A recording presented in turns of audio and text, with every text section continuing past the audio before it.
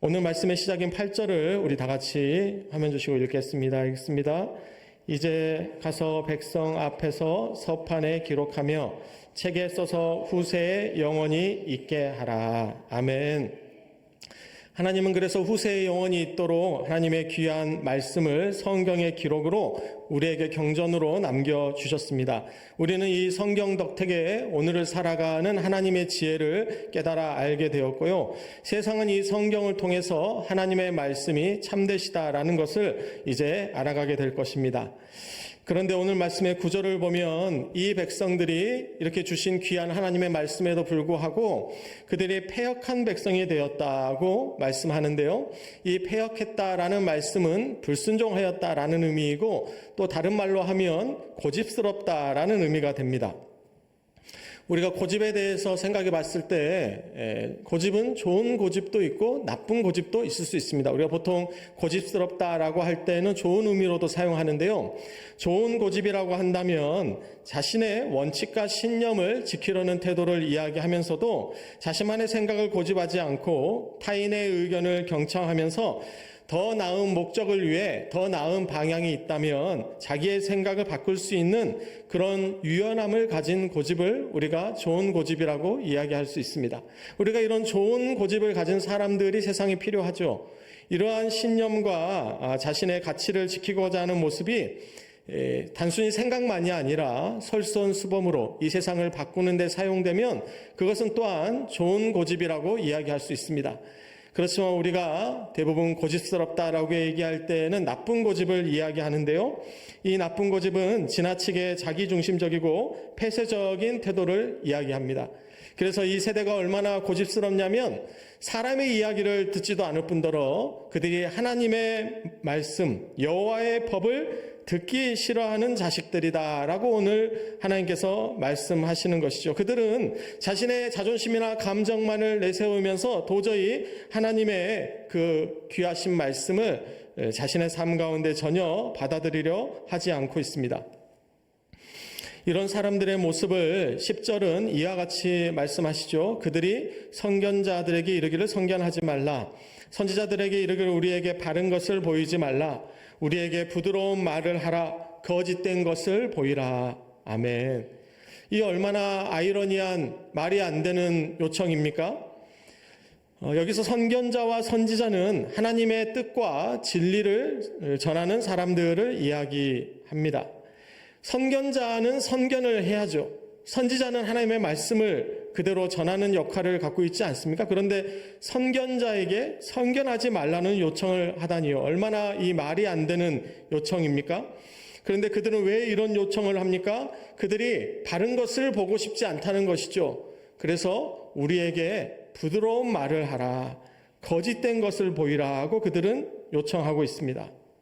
이 세상은 자기의 귀에 듣기 좋고 달콤한 말들을 원하고 있습니다. 그것이 거짓된 말이라 할지라도 그들은 그것이 참되냐 거짓이냐를 구분하고 그것에 관심을 두는 것이 아니라 지금 자신을 기분 좋게 하고 자기의 욕망을 채워줄 수 있다고만 한다면 아무리 거짓된 것이라 할지라도 오히려 그것을 좋아하고 그 거짓된 것을 추종하는 이 세상을 하나님께서는 말씀해 주시고 계시는 것이죠.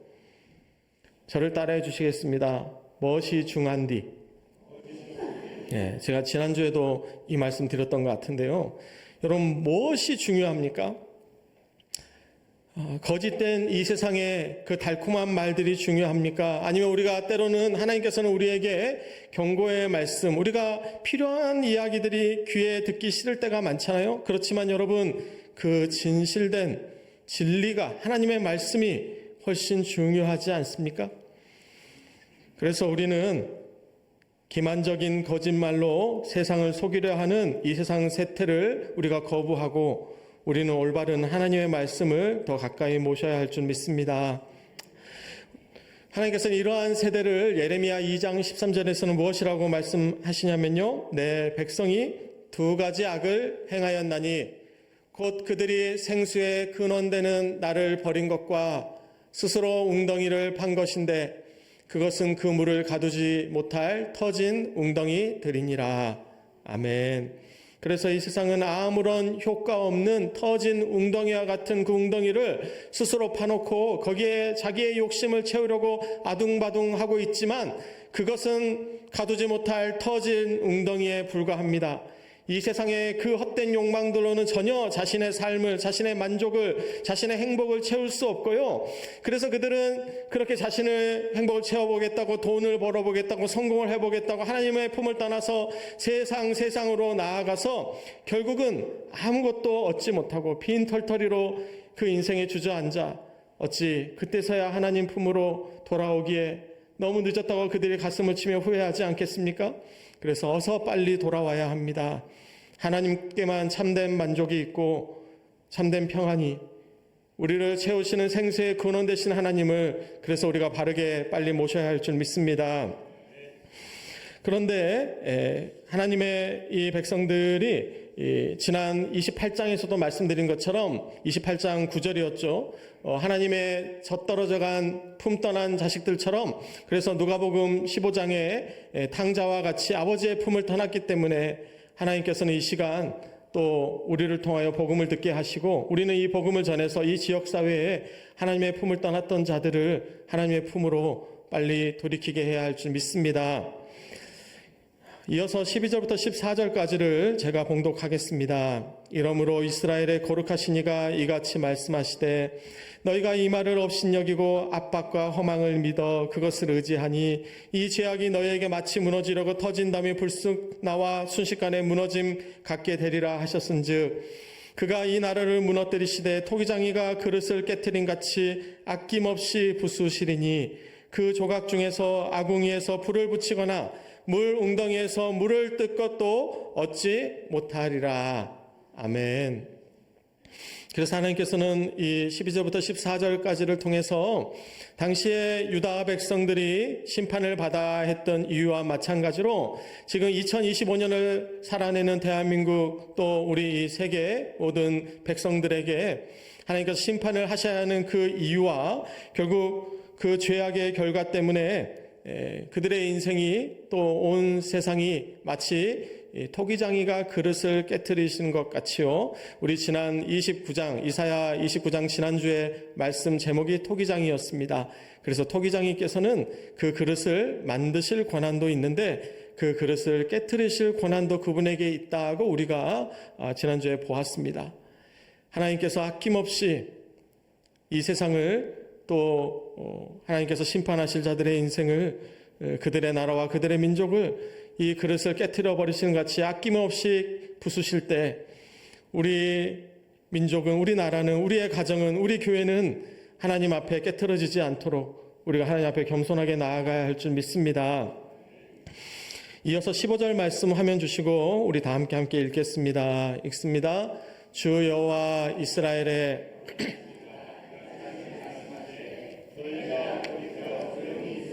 구원을 얻을 것이요 잠잠하고 신뢰하여야 힘을 얻을 것이거늘 너희가 원하지 아니하고. 아멘.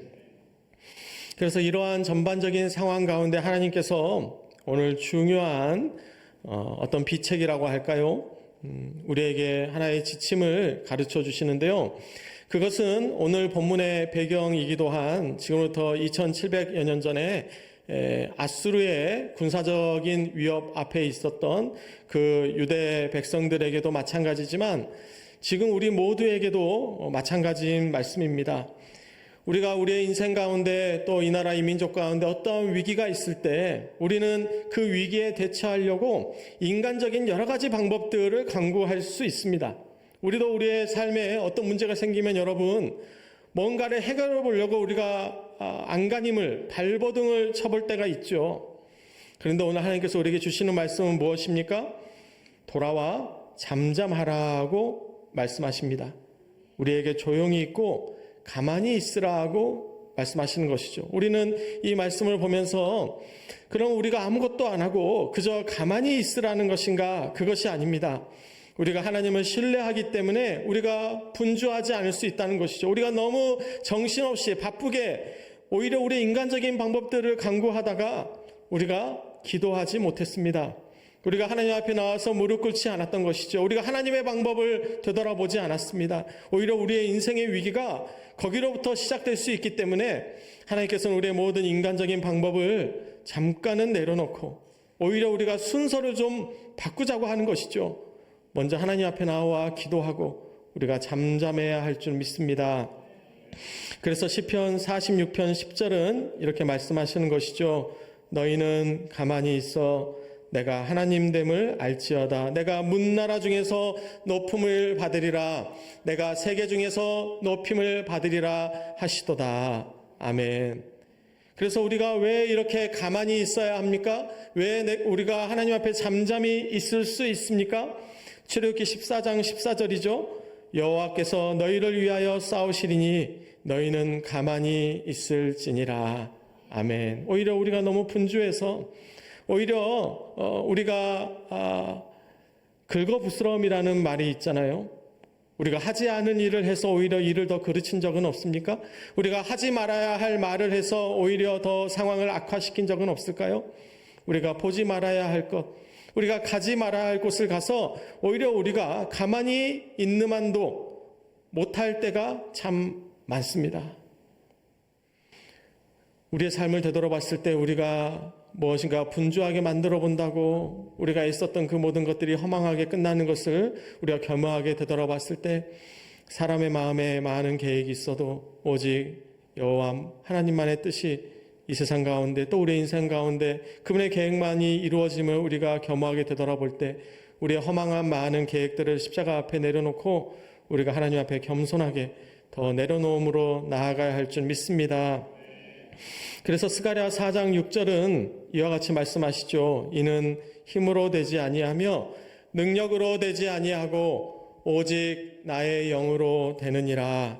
아멘. 그래서 우리는 우리의 인생의 어려움에 맞닥뜨렸을 때 하나님의 품으로 돌아가야 우리는 참된 안식을 누릴 수 있습니다. 우리는 거기서 그 든든한 힘, 하나님을 의지하는 진정한 우리 영적 힘, 스피리추얼 파워라고 할까요? 우리 안에서부터 솟아나는 우리는 기도의 힘을 그때부터 의지할 수 있게 되는데 그러면 우리의 상황이 달라지지 않아도 그것을 대처하는 우리의 태도와 우리의 영성이 달라집니다. 우리의 성령 충만한 태도는 우리가 용서하지 못할 사람을 용서할 수 있고요. 우리가 그 분쟁의 피스메이커, 우리가 중재자의 역할을, 하나님의 아들로서의 역할을, 평화를 이 세상에 가져오는 사람의 역할을 진정 우리가 그때서야 해낼 수가 있는 것이죠. 우리의 인간적인 마음으로는 우리가 양보할 수 없고 용서할 수 없고 우리의 욕심을 내려놓을 수 없지만 우리 하나님의 아버지의 마음을 우리가 깨닫고 품게 되면 하나님의 영으로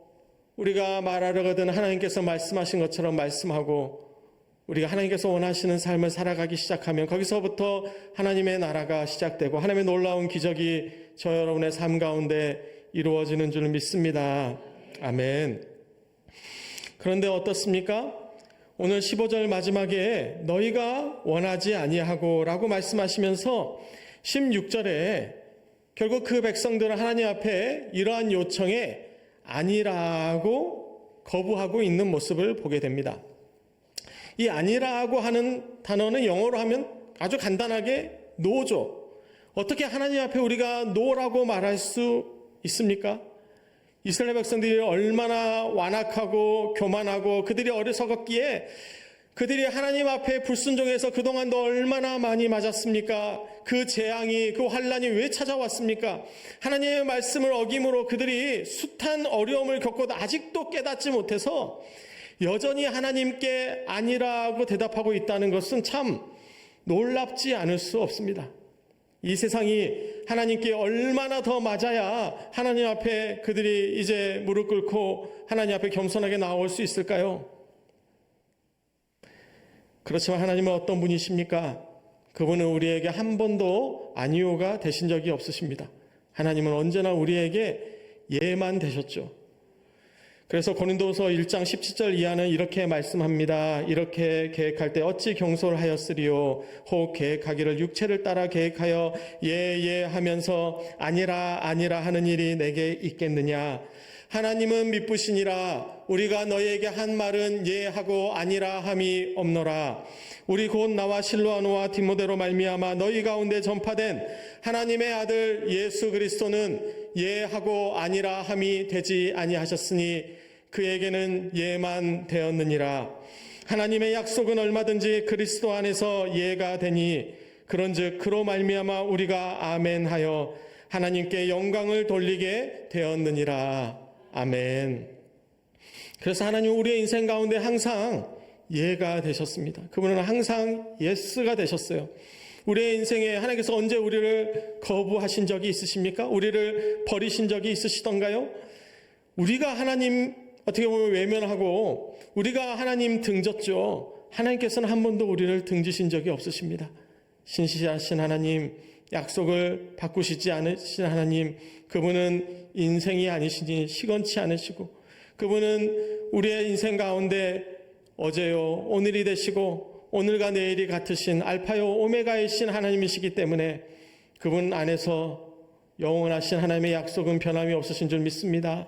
신실하신 하나님께서 오늘 우리 김내영 목사님 자녀분들께서 찬양해 주신 것처럼 모든 것이 주의 은혜고 지금까지 지내온 것 주의 크신 은혜라. 참 너무나 감사하지 않습니까? 네, 우리의 인생이 어느 편을 바라보면 불행하지 않은 인생은 없습니다. 우리의 인생을 살아가다 보면 어떻게 좋은 일만 계속 있겠습니까? 당연히 안 좋은 일도 있죠. 하지만 반대로 나쁜 일만 반복되는 인생은 없습니다. 우리가 호사다마라고 이야기할 수도 있는데 나쁜 일이 연속되더라도 반드시 호사도 있습니다. 좋은 일도 있죠. 그래서 우리가 나쁜 방향, 우리에게 불행한 요소들만 계속 바라보면 인간은 우울증에 걸릴 수밖에 없고요. 낙담하고 어떻게 보면 실패에 대한 두려움과 좌절된 마음으로 인생을 살아갈 수밖에 없죠. 그렇지만 여러분, 그분의 은혜에 감사하는 인생을 한번 살아보십시오. 우리가 그렇잖아요. 우리 자녀를 보면서도 우리도 우리의 자녀에게 좋은 것, 참 모든 것 채워주고 싶지만 우리가 또 꼭 그렇지만은 않고 때로는 원하지 않는 어떤 불행한 사건들이 우리 자녀들에게 일어나기도 하고 또 우리 자녀에게 우리 스스로도 실수할 때가 있는데요. 우리 자녀가 그럼에도 불구하고 부모에게 감사를 표하는 자녀를 보십시오. 근데 반대로 잘 해주려고 했는데도 간혹 이렇게 실망스럽게 할 때 자녀가 언제 나한테 잘해줬냐고, 아빠는 나한테 해준 게 뭐냐고 그러면서 대들고 하면은 내가 이거를 뭐 하려고 낳았나 말은 못하지만 우리가 그런 생각을 부모된 마음으로 감히 할 수도 있잖아요. 어쩌다 보면 진짜 뭐라고 하기 그렇다. 근데 참 내가 못해주고 미안한데도 요즘 저희 둘째가 좀 그래요. 은유가 칭찬이니까 편하게 얘기하겠습니다. 그 전까지는 사춘기여서 그랬는지 또 둘째들이 약간 이제 우리 자녀들 이렇게 셋 있는데 막내는 막내라서 또 아들이에요. 저희 막내는 아들이 혼자거든요. 딸 아들이어서 아들은 좀 할머니한테 이쁨을 많이 받습니다. 자기 엄마한테도 이쁨 받고 아무래도 남자애니까. 큰딸이어서 또 저희 아버지한테 자기 할아버지한테 최고로 이쁨을 받는데 둘째는 여기도 못 끼고 저기 그러다 보니 좀 불만이 쌓였나 봐요. 그래서 사춘기 때 아주 좀 이렇게 제 말에도 막 대들고 막 해서 제가 정말 성질이 많이 났었거든요. 근데 엊그제도 고기 한번 사주니까 아버지, 아빠 고기를 사주셔서 감사해요. 그러니까 너무 감동이 되고 너무 이뻐서 막 용돈도 더 나가고 뭐 더 잘 해주고 싶더라고요. 우리가 하나님의 자녀라고 이야기하지 않습니까? 우리가 하나님 앞에 원망하고 우리의 인생이 불행하다고 그에 대해서 하나님 앞에 우리가 어떻게 보면 안 될 말이지만 하나님 실망하고 이렇게 되면 하나님 마음은 또 얼마나 아프시겠어요. 하나님께서도 그걸 꼭 바라셨겠습니까? 정말 그게 하나님께서 원하셨던 뜻이었을까요? 우리 인생은 다 할 수 없죠. 우리가 욥의 인생을 봐도 그렇고요. 우리의 인간의 삶은 다 여러 가지가 반복되다 보니까 그 모든 것이 다 하나님의 뜻이라고 말할 수 없습니다.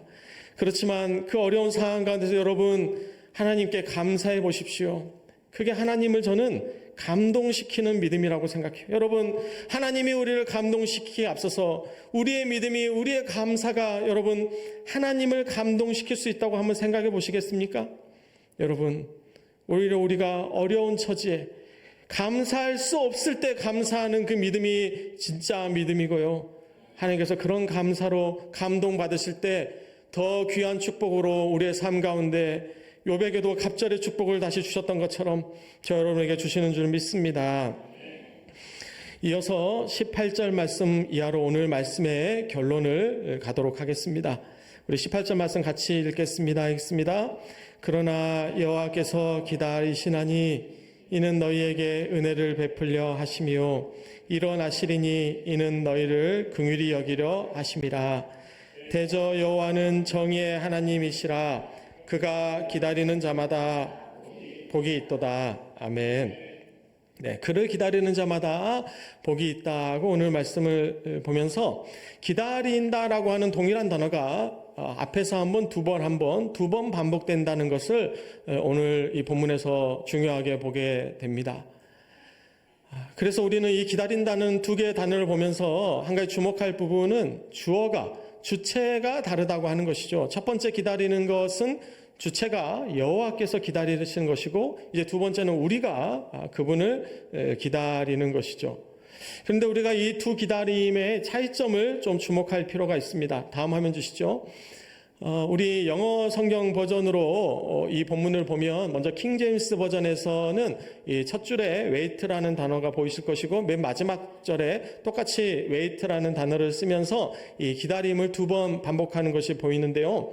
그런데 NIV 버전에서 보면 처음에 wait를 쓰지 않고 longs to라고 해서 이 longs to라고 하는 long이라고 하는 단어를 동사로 쓸 때는 무엇인가를 갈망할 때 이 단어를 쓰는 거예요. 단순히 기다리는 wait보다 훨씬 더 강렬한 의미를 이 longs to가 가지고 있습니다.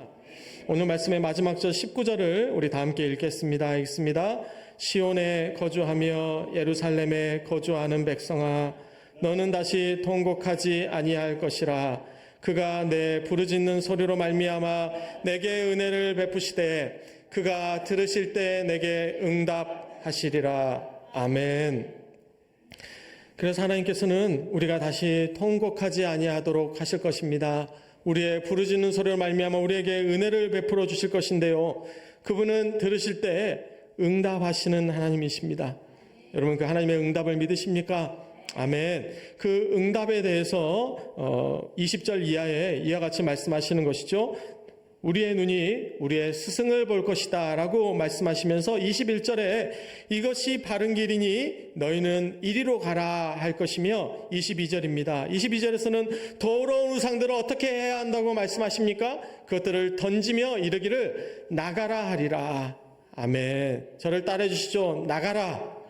여러분, 그렇게 명령할 줄 알아야 됩니다. 우리의 인생에 그렇게 우리는 선택할 수 있는 용기가 있어야 됩니다. 우리는 나가라고 정중하게가 아니라 강력하게 우리의 인생 가운데 어떻게 보면 우리가 예의를 차리는 것이 아니라 여러분, 우리의 삶에 우상같이 우리의 삶을 더럽히고 있는 죄의 굴레 속에서 우리가 양보하지 말아야 할 것, 우리가 타협하지 말아야 될 진정한 복음에 우리의 거룩한 우리의 삶을 해치고 있는 사단 마귀의 결계에 대해서는 우리가 나가라고, 우리의 우상같이 우리의 삶을 더럽히고 있는 것들에 대해서는 우리가 나가라고 우리가 명령할 수 있는 그런 용기가, 그런 영적 권세가 저와 여러분에게 있는 줄 믿습니다. 그리고 하나님께서는 어떻습니까? 그렇게 나가라고 요청하는 명령을, 우리의 삶을 선택하는 사람들의 인생에 23절 같은 약속을 또 축복을 주시는데요. 네가 땅에 뿌린 종자에 주께서 비를 주사 땅이 먹을 것을 내며 곡식이 풍성하고 기름지게 하실 것이며 그날에 내 가축이 광활한 목장에서 먹을 것이요. 아멘. 그리고 26절에서 이와 같이 약속하십니다. 여호와께서 자기 백성의 상처를 싸매시며 그들의 맞은 자리를 고치시는 날에는 달빛은 햇빛 같겠고 햇빛은 7배가 되어 7날의 빛과 같으리라. 아멘. 이렇게 이사야 30장을 참 빠르게 저도 다 시간 내에 말씀을 전하기 위해서 열심히 달려왔는데요. 여러분, 이 말씀을 여기까지 들으시면서 어떤 말씀이 남으셨습니까? 우리가 우리의 삶을 되돌아보면서 결국 이 모든 깨우침을 저는 다시 15절로 말씀을 드리려고 합니다. 여러분, 그분께로 돌이키십시오. 그분께 앞에 나와 잠잠하십시오. 하나님께서 우리가 주님 앞에 나와 잠잠히 그분 안에 거할 때 우리의 마음을 되돌아보시고 우리의 삶을 헤아려 주셔서 우리의 인생 가운데 높여주실 그 부분을 이제 일어서셔서 세워주실 줄 믿습니다. 그 믿음을 우리가 이 시간 너희는 가만히 있어 이 찬양 통해서 올려드리도록 하겠습니다.